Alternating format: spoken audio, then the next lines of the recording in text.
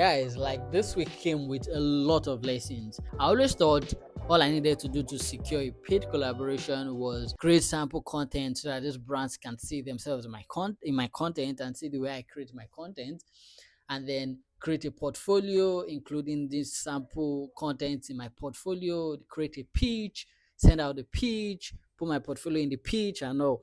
And voila, we are just going to start working and they are going to like accept everything and we'll just start working, it's just going to be all good. But obviously, I was wrong. I learned some lessons over the course of the week, and after reaching out to 5 brands, and I'm going to share these lessons with you. So if you're a creator that wants to get paid collaborations, make sure you watch to the end of this video because these lessons will help you and save you from all of the stress that I went through. So let's get into it. Now, the first lesson, now I have those lessons, I've written them down. So I might be looking down and because I've written them down because I don't want to miss any important point. So the first lesson is brands are open to meaningful collaborations. And this is very important because it changed my mindset. I went from thinking, oh, this brand may not be able to pay because maybe they are a non-profit or maybe they are just starting out, so they may not be able to pay. And I went from that to these brands have marketing budgets, like they have a budget for marketing. If a brand does not have a budget for marketing, then what are they doing? Because I mean, you have to promote your business, right? So they have budgets for marketing, and from that budget, they can actually pay for collaborations and partnerships. Gone are the days when bulk of the majority of the budgets for brands went into traditional marketing, print media, and the likes. Now, brands have budgets for social media collaborations, partnerships, and things like that that would bring more eyes on whatever they are doing. Another thing I learned is getting a reply doesn't mean you've secured the deal. Yep, you heard that right. Getting a reply doesn't mean you've secured the deal. Before a creator can actually put out content, a collaboration content, there are a lot of things that go on behind the scenes. Lot of series of meetings, email communications, back and forth. Those things they go on behind the scenes before a creator can be like, okay, now it's time to put out the content or it's time to shoot the content. I sent out 5 email pitch and I got a response from one of them, which was interested in they were interested in the collaboration. And then they asked for some details, which I sent over to them. And ever since then, I haven't heard back from them. I sent a follow-up email, but still I didn't hear back from them. So I got excited when I got the response.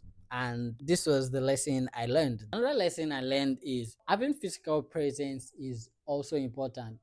Like this is very important, in fact, because I used to think all I needed to do was be visible online, but which is important as well. It's good, but we also need to be visible offline because you don't know where you're going to meet. So attend events, go work in a different place, explore, just meet people, network, basically network. The cafe I work from recently, I just started working there recently, and I've been trying to get a collaboration with the cafe. They have branches all over Nigeria. Yeah, all over Nigeria. Yeah. So I've been trying to get a collaboration with the cafe, but obviously I've not been able to. But there's a particular branch that I work from almost every time.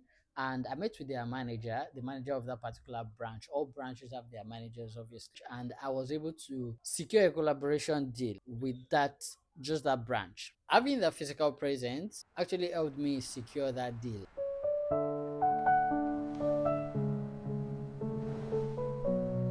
Now, I don't know if this next one is a lesson or is just a motivation. I don't know. But it is start small but dream big. Cliche, right? And yeah, I realized that maybe I started too big. I started reaching out to big brands that may not see me, brands like Ashlocks.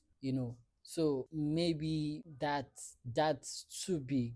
Maybe if I start small, reaching out to smaller brands that are more likely to like work with, you know, working with smaller brands like that at first can actually boost your confidence, even grow your numbers so that big brands can then see the numbers and then talk to you and you can collaborate with them. I don't know if it's just my if it's just inferiority complex that's disturbing me, or if it's just my mind that's like, bro, you went too big.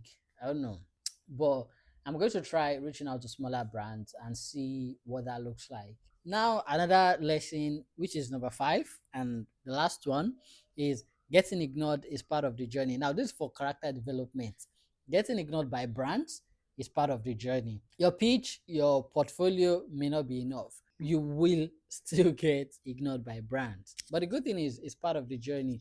There are DMs that I've sent that I didn't get any response. I don't even know if it was seen. And there are emails that I've sent and no response. So it's just part of the journey. You get ignored. You get ignored. But it's not enough reason for you to quit. So when next you send out a lot of pitch to brand, maybe you say like 50, don't just expect a yes or no response. You need to include ignored, because you'll be ignored. And I hope that these lessons were helpful coming from someone that is on the path.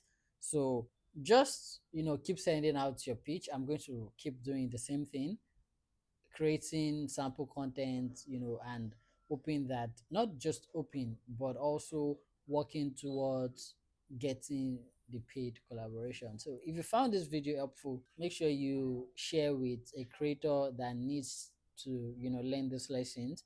And also don't forget to subscribe if you're new here. And I'll see you next week.